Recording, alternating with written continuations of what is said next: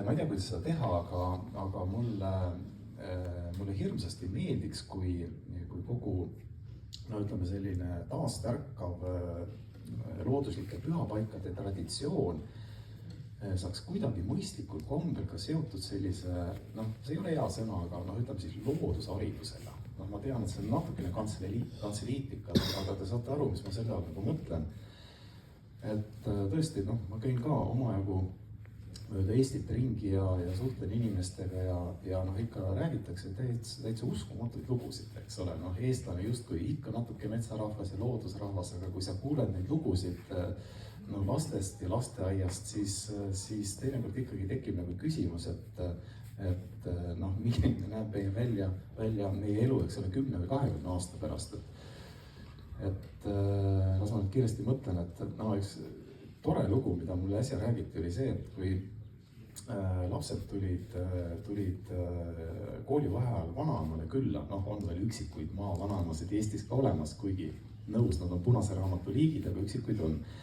Ja siis nad tahtsid hirmsasti vanaema aidata, tahtsid pliidi alla tuld teha ja vanaema ütles, et hea küll, et ma lähen toon puid, et siis teeme koos, aga nad ei mallanud ikkagi nii kaua ja said sealt mingisugused pilpad kätte ja tegid enne. Aga siis, kui vanaema puusületeega tagasi jõudis, nägi ta, et tuli oli sattunud praeahju, sest nad olid lihtsalt nagu uksega mööda pannud. Aga huvitav on nagu see loogika, et miks nad seda tegid, et vanem poiss oli käinud skaudilaagris ja seal väga mõistlik on, eks ole, ikkagi teha tuli otse poti alla, aga osa pliidid on niimoodi ehitatud, et vaata see tuli läheb sealt praeahju kohalt nagu üle. Ja selles mõttes see pott tõesti oli seal nagu praeahju kohal. Ja siis teine laps arvas, et igal seadmel peab olema ka varu uks või varu sissepääs. Et selles mõttes, kui ühte ei saa kasutada, siis saab kasutada teist.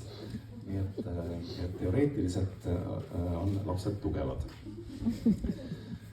Aga jah, ma arvan, et te olete palju erinevaid lugusid kuulnud, aga siin on väga suur selline looduskatkestus. Aga ütleme see, kui mina saaks maailma ümber teha, et mida ma sellest loodusest õpetaks. Et tegelikult ma olen ka tulnud ülikoolist läbi üpris suure traumaga, et sellise romantilise hingega poiss, eks ole, lõpetasin bioloogina, aga ikkagi ma sain selles mõttes väga suure trauma, et kõik see selline emotsionaalne side loodusega, see jäi ikka, see oli peaaegu olematu, et kogu selle õpingute käigus. Ja just see sama baasiline side, et sa ei seo ennast maailmaga mitte läbi mõtete, vaid läbi tunnete, et see on tähtis. Ja minu meelest, kus see tuleb väga hästi välja, see tuleb väga hästi välja eestlaste usust.